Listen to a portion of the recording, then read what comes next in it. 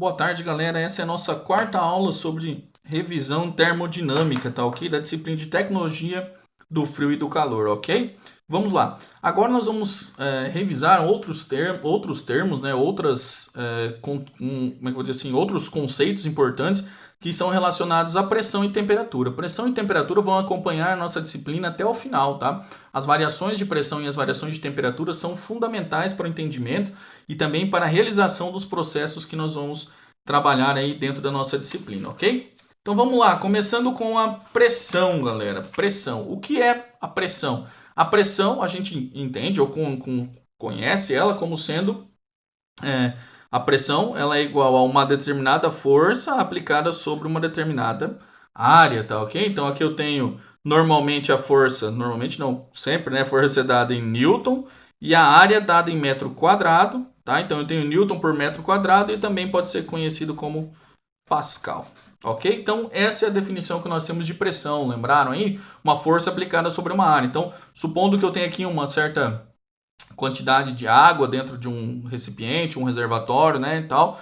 E aí sobre ela está sendo aplicada a pressão. Qual é o nome dessa pressão mesmo?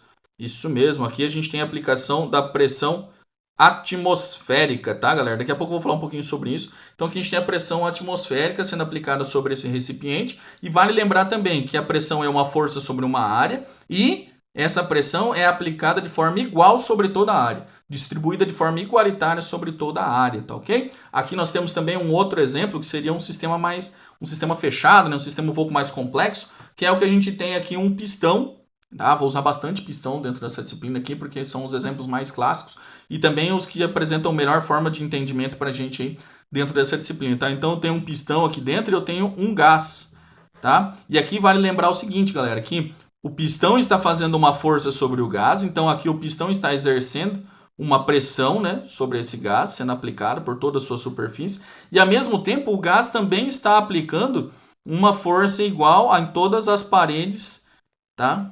Que está sendo distribuída essa energia para todas as paredes desse nosso cilindro de pistão aqui, tá ok? Então a pressão ela é o quê? Uma força que ela é uma força normal,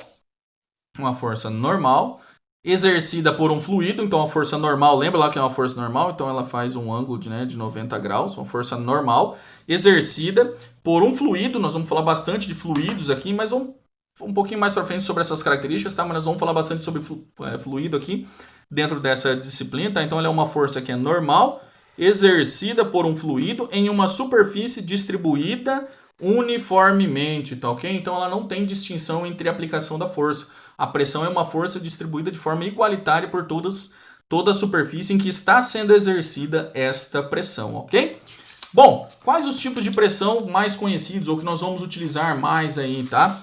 Nós temos a pressão absoluta, tá? Pressão absoluta ou pressão verdadeira, que ela é uma pressão que considera o vácuo, tá? O vácuo absoluto. Então aqui nós temos uma pressão verdadeira, né? A pressão absoluta. A pressão barométrica, que é a pressão atmosférica, tá? Então o barômetro, um equipamento que mensura a pressão atmosférica. Então sempre que eu falar em pressão barométrica, se refere-se à pressão atmosférica, ou seja, um barômetro ele leva em consideração a pressão atmosférica, tá ok? Então ele é baseado na pressão atmosférica também, tá?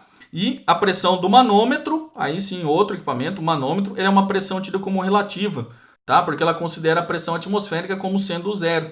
Então ela parte da pressão atmosférica, tá ok? Então aqui eu tenho a pressão absoluta, que ela é tida como verdadeira, a pressão barométrica, que seria a pressão atmosférica, os barômetros, e a pressão do manômetro, que é a pressão que leva em consideração a pressão atmosférica como sendo zero. Então ela parte da pressão atmosférica, tá? Fiz um gráficozinho aqui para exemplificar para vocês melhor, tá? Então aqui, ó, vamos imaginar aqui, eu tenho um gráfico aqui que ele está dividido aqui no eixo aqui, é pressão, né? E eu tenho uma linha aqui que seria a minha pressão atmosférica, tá? Então, aqui embaixo eu tenho o que seria o meu zero, né? A zero pressão aqui, né? Zero pressão aqui, tá? Então, imagine a situação aqui. Nesse caso, eu tenho a minha pressão absoluta, por exemplo, a parte do zero, tá? Então, aqui é como se fosse o vácuo, né? Aqui embaixo, a pressão zero, né? E tal.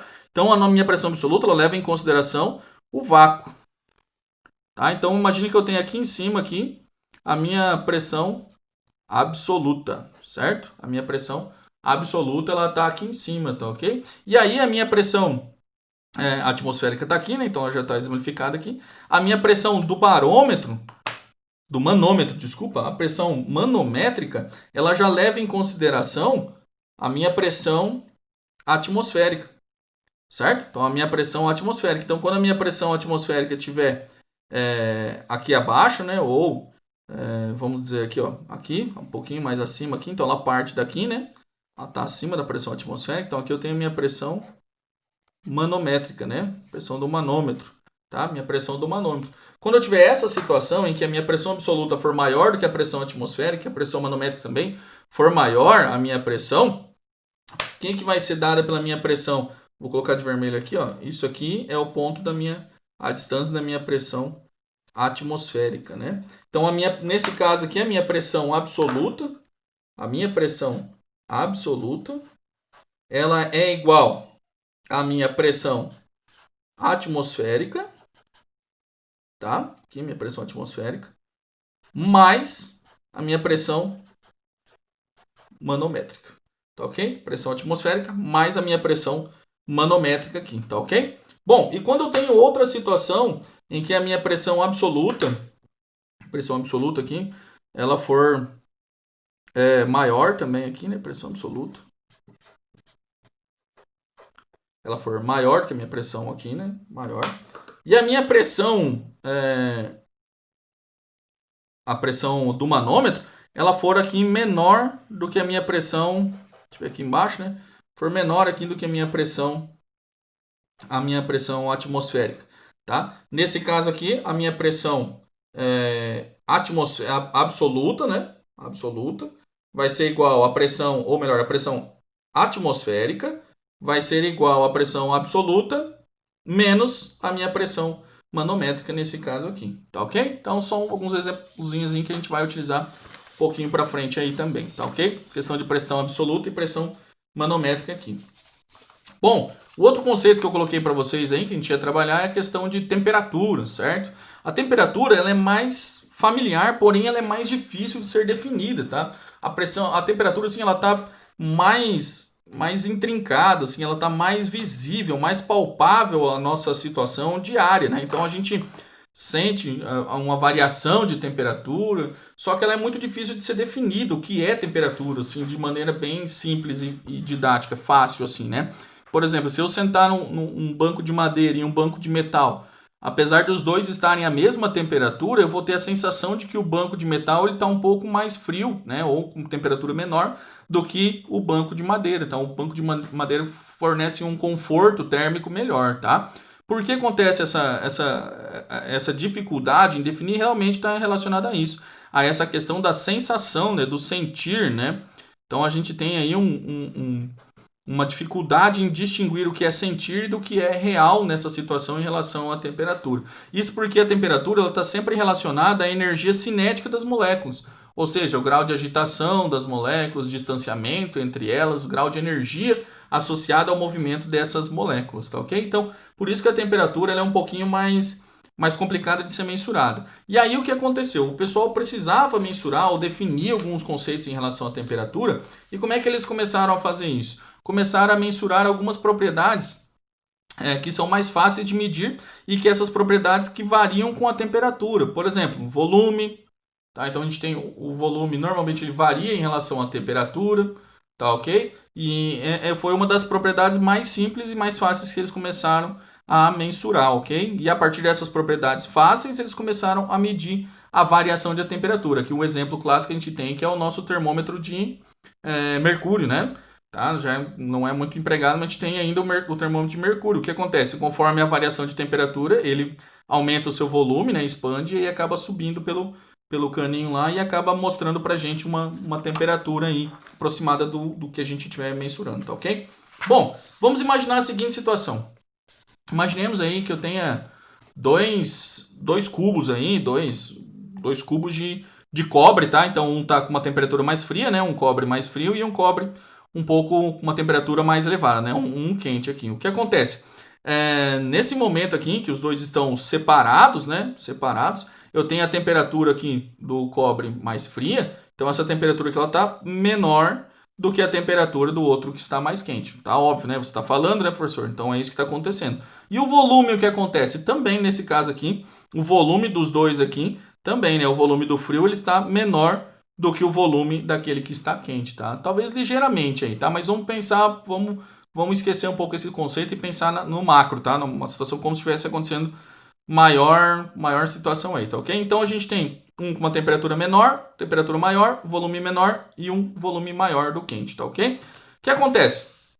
Vamos supor aí que eu encoste esses dois aí, um no outro, tá ok? Então eu encostei esses dois cubos um no outro, tá? São dois cubos de cobre aqui, encostei os dois aqui no outro. O que vai começar a acontecer aqui? Como esse aqui ele está mais quente, o outro mais frio, nós já vimos lá nas leis, na física, lá no início, que a temperatura, o calor, desculpa, ele vai sempre do mais quente para o mais frio. Então esse cubo de cobre que está mais quente vai começar a transferir calor, passar calor para esse outro aqui, tá ok? E no mesmo momento que ele começa a transferir calor, o que vai acontecer? Esse aqui vai absorvendo essa energia de calor e ele vai aumentando o seu volume. Então o que vai acontecer? A temperatura desse cubo que estava mais frio, ela vai começar a subir. E a temperatura daquele que estava mais quente vai começar a descer, certo? E o volume? O volume daquele que estava mais frio também. Como ele começou a receber mais energia, agitou-se mais as partículas, aumentou o distanciamento entre elas e aumentou o volume dela também. E aí esse outro aqui, como as partículas estão perdendo energia, estão ficando menos agitadas, por assim dizer, né? Elas estão ficando menos agitadas, estão ficando mais próximas uma das outras, e aí ela começa a diminuir o seu volume também. Então aqui nesse caso o volume tende a baixar também aqui, tá ok? Então vai tendo um abaixamento de temperatura e volume, e aqui vai tendo uma elevação de temperatura e volume. Então vendo como é proporcional uma à outra? Por isso que eles utilizaram esses tipos de ideias aqui, entenderam? Bom, e aí, o que vai acontecer quando eu colocar os dois, quando os dois ficarem um bom tempo já juntos, né? Quando eles passou algum tempo, eles estão juntos aí e tal. E aí, o que vai acontecer? Quando eles estiverem os dois juntos aqui, a temperatura dos dois, ela tende a se estabilizar. Então, a partir do momento que eu colocar, por exemplo, um termômetro, encostar um termômetro aqui, desse lado aqui, um termômetro aqui, ele vai me dar uma certa medida aqui de temperatura, tá ok? Se eu tirar esse termômetro daqui e passar para esse aqui, ele vai me dar a mesma medida de temperatura aqui desse lado, tá ok? Então ele vai apresentar a mesma medida de temperatura, encostado aqui, tá? Então quando eu encosto aqui, ele vai me dar uma medida de temperatura.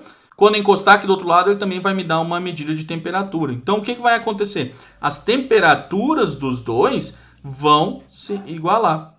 A temperatura dos dois vão se igualar e o volume dos dois vai se igualar. E como que eu vou perceber que essa temperatura é a mesma? Quando o volume dos dois parar de variar. Quando o volume dos dois se tornar o mesmo. É claro que isso é perceptível. São poucas alterações, mas são perceptíveis. A gente vê isso bastante lá em dilatação térmica, né, dos materiais. A gente consegue ver isso daí, tá? Com mais profundidade, tá? Mas essas variações são mínimas, mas são suficientes para que a gente possa estabelecer. Quando eles pararem de acontecer essa variação de volume, então eles vão ter uma mesma temperatura, ok? E a partir disso foi postulado a lei zero da termodinâmica, tá certo, galera? Então a lei zero da termodinâmica diz o quê? Se dois corpos estiverem em equilíbrio térmico, um terceiro com um terceiro estarão em equilíbrio térmico com o outro. Então, se dois corpos aqui, quais são os dois corpos? São os nossos blocos lá, né? Os dois blocos estiverem em equilíbrio térmico com o terceiro. Aqui o terceiro é o nosso termômetro, tá? Então é o termômetro. Então eu coloquei esse termômetro em contato com um, ele deu uma temperatura. Quando eu coloquei em contato com o outro, ele deu a mesma temperatura. Então, se os dois corpos estiverem em equilíbrio térmico com um terceiro, no caso o termômetro, estarão em equilíbrio térmico um com o outro, tá ok? Então esses dois corpos estão em equilíbrio. E essa é a lei zero da termodinâmica. Apesar da lei zero da termodinâmica ela ter sido postulada após a primeira, segunda, terceira lei da termodinâmica, a lei zero da termodinâmica ela é fundamental para que nós entendamos, né, ou consigamos compreender alguns processos que vão acontecer dentro de termodinâmica, certo? Então essa era a aula 4 dessa semana. E aí daqui a pouco eu volto com mais aulas aí para vocês. Muito obrigado.